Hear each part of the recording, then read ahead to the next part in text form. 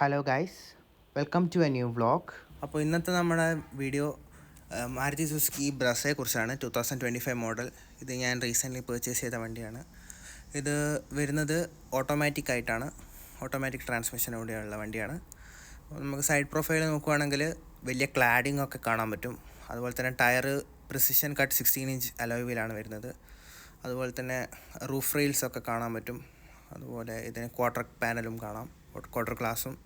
പിന്നെ റിയർ പ്രൊഫൈലിലേക്ക് വരുമ്പോൾ നമുക്കൊരു സ്ലീക്ക് LED ടെയിൽ ലാമ്പ് കാണാൻ പറ്റും. ഇത് ഡിഫ്യൂസ്ഡ് LED ടെയിൽ ലാമ്പ്സ് ആണ്. ഇത് നല്ല ഭംഗിയുള്ളൊരു രീതിയിലാണ് മാരുതി ഇത് ചെയ്ത് വെച്ചിരിക്കുന്നത്. ഇനി നമുക്ക് ബൂട്ടിലേക്ക് പോവുകയാണെങ്കിൽ ഇതിൻ്റെ ബൂട്ട് കപ്പാസിറ്റി വരുന്നത് 330 ലിറ്റർ സ്പേസ് ആണ്. അതുപോലെ തന്നെ ഇവിടെ ഒരു സൈഡിലായിട്ട്, റൈറ്റ് സൈഡിലായിട്ട് ഒരു ബൂട്ട് ലാമ്പ് നമുക്ക് പ്രൊവൈഡ് ചെയ്തിട്ടുണ്ട്. നമുക്ക് ബൂട്ട് അടക്കുകയാണെങ്കിൽ നമുക്ക് കാണാം, ബ്രസയുടെ ഒരു ബാഡ്ജിങ് നമുക്ക് കാണാൻ പറ്റും. നമുക്ക് റിയർ സീറ്റിലേക്ക് പോവുകയാണെങ്കിൽ നമുക്ക് ഇവിടെ ഓപ്ഷനിലായിട്ട് നമുക്ക് ഷോറൂമിൽ ചെയ്ത ലെതർ സീറ്റ്സ് കാണാൻ പറ്റും. അതുപോലെ തന്നെ ആംബിയൻ ലൈറ്റും കാണാൻ പറ്റും.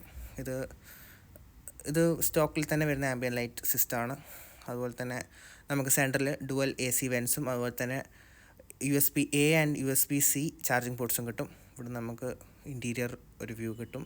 ഇനി നമ്മൾ സ്പേസ് നോക്കുകയാണെങ്കിൽ അകത്ത് നമുക്ക് മിഡിൽ റോ അത്യാവശ്യം കുട്ടികൾക്കും അതുപോലെ തന്നെ അഡൾട്ട്സിനും പോകാൻ പറ്റുന്ന രീതിയിൽ കംഫർട്ടബിളാണ്. അതുപോലെ തന്നെ നമുക്ക് റിയർ പാസഞ്ചർ സീറ്റ് നോക്കുകയാണെങ്കിൽ ഞാൻ 510 ആണ്, എനിക്ക് അത്യാവശ്യം നല്ല സ്പേസ് കിട്ടുന്നുണ്ട്. ഇനിയിപ്പം നമുക്ക് ബാക്കിലൊരു ലാമ്പും കിട്ടുന്നുണ്ട്. അതുപോലെ തന്നെ നമുക്ക് 2 അഡ്ജസ്റ്റബിൾ ഹെഡ് റെസ്റ്റും കിട്ടുന്നുണ്ട് വണ്ടിയിൽ. ഇനി അതുപോലെ തന്നെ നമുക്ക് അത്യാവശ്യം എയറി ക്യാബിനാണ് കിട്ടുന്നത്. നമുക്ക് ഡ്രൈവർ സീറ്റിലേക്ക് പോവുകയാണെങ്കിൽ നമുക്ക് കാണാം, നല്ലൊരു ഡ്രൈവർ കോക്ക്പിറ്റ് എക്സ്പീരിയൻസ് തന്നെയാണ് മാരുതി സുസുക്കി ബ്രസയിൽ നമുക്ക് കിട്ടുന്നത്. അതിപ്പം പറയുന്നതാണെങ്കിൽ ആ ഒരു അനലോഗ് ക്ലസ്റ്ററും അതുപോലെ തന്നെ ഈ ചങ്കി ഡീകട്ട് ഫ്ലാറ്റ് ബോട്ടം സ്റ്റിയറിംഗ് വീലായിക്കോട്ടെ നമുക്ക് കാണാൻ പറ്റും. 6 സ്പീഡ് ഓട്ടോമാറ്റിക് ഗിയർ ബോക്സാണ് ഈ വണ്ടിയിൽ വരുന്നത്. ഇത് ഓട്ടോമാറ്റിക് വേരിയൻ്റ് ആയതുകൊണ്ടാണ്. നമുക്ക് 9 ഇഞ്ചിൻ്റെ സ്മാർട്ട് പ്ലേ പ്രോ ഇൻഫർടൈൻമെൻറ്റ് സിസ്റ്റവും അതുപോലെ തന്നെ single zone automatic climate control സിസ്റ്റവും ഈ വണ്ടിയിൽ നമുക്ക് അവൈലബിൾ ആയിട്ടുണ്ട്. അതുപോലെ തന്നെ ഒരു വയർലെസ് ചാർജിങ് പോർട്ടും നമുക്ക് കിട്ടുന്നതാണ്. പിന്നെ നമുക്ക് നോക്കാനാണെങ്കിൽ ഈ വണ്ടിയിൽ നമുക്ക് ഹെഡ്സപ്പ് ഡിസ്പ്ലേ ഫീച്ചർ ഇപ്പം നമുക്ക് ബലേനോയിലും അതുപോലെ തന്നെ ഹൈ റൈഡർ ഗ്ലാൻസ അങ്ങനത്തെ വണ്ടിയിലൊക്കെ കാണാൻ പറ്റുന്ന സെയിം സിസ്റ്റമാണ് വരുന്നത്. അത്യാവശ്യം വിസിബിളാണ്. പിന്നെ അത് നമുക്ക് കൺട്രോൾ ചെയ്യേണ്ട ബട്ടൺ റൈറ്റ് സൈഡിലാണ് കിട്ടുന്നത്. പിന്നെ നമുക്ക് 360 ഡിഗ്രി ക്യാമറയുടെ ഒരു ബട്ടൺ കിട്ടുന്നതാണ്. 360 ഡിഗ്രി ക്യാമറ അത്യാവശ്യം ഡീസൻ്റ് ആയിട്ടുള്ളൊരു ക്വാളിറ്റിയുള്ള സിസ്റ്റം തന്നെയാണ്.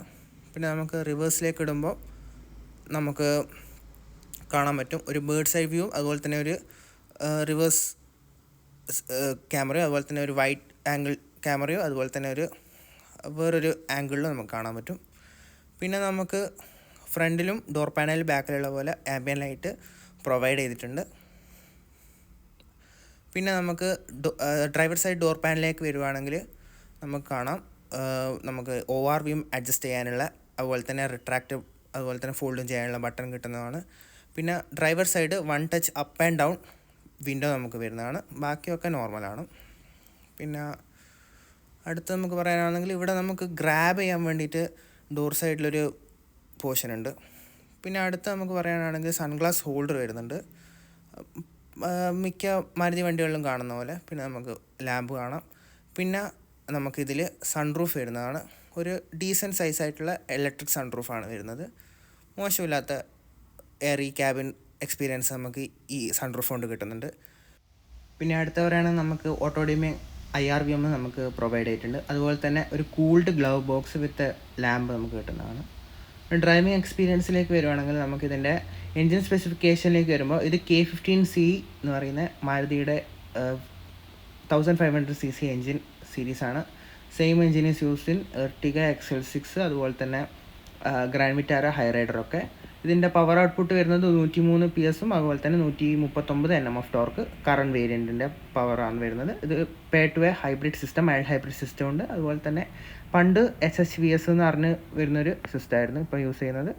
അതുപോലെ തന്നെ പേ to a 6 speed automatic transmission, ലാഗൊന്നും ഇല്ലാത്ത ഒരു ടോർക്ക് കൺവേർട്ടർ ഗിയർ ബോക്സാണ് വണ്ടിയിൽ വരുന്നത്. ഡ്രൈവിംഗ് ഡൈനാമിക്സിൻ്റെ കാര്യം പറയുകയാണെങ്കിൽ വണ്ടി അത്യാവശ്യം സ്റ്റേബിളാണ്.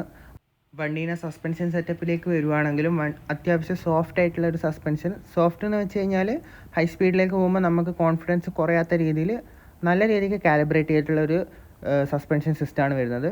പിന്നെ വണ്ടീൻ്റെ പവർ റിയൽ ലൈഫിൽ നമുക്ക് ഓടിക്കുമ്പോൾ സിറ്റി ട്രാഫിക്സിലും അതുപോലെ തന്നെ നോർമൽ കണ്ടീഷൻസിലും അതുപോലെ തന്നെ ഈവൻ ഹൈവേസിലായിക്കോട്ടെ നമുക്ക് ലാഗ് ഇല്ലാത്ത രീതിയിൽ ഓടിച്ചുകൊണ്ട് പോകാൻ പറ്റുന്ന ഒരു വണ്ടിയാണ് മാരുതി സുസുക്കി ബ്രസ. അതുപോലെ സേഫ്റ്റി സ്റ്റാൻഡേർഡ്സിലേക്ക് വരുവാണെങ്കിൽ പ്രീവിയസ്ലി 4 സ്റ്റാർ റേറ്റഡ് വണ്ടിയാണ്. ഇപ്പം as standard 6 air bag, ABS, EBD, traction control ഒക്കെ വരുന്നുണ്ട് ഫ്രം LXI വേരിയൻ്റ് ഓൺവേർഡ്സ്. അതുകൊണ്ട് തന്നെ ഒരു നല്ല ചോയ്സ് ആയിട്ട് മാറിയിട്ടുണ്ട് ഇപ്പം ബ്രസ. Thank you.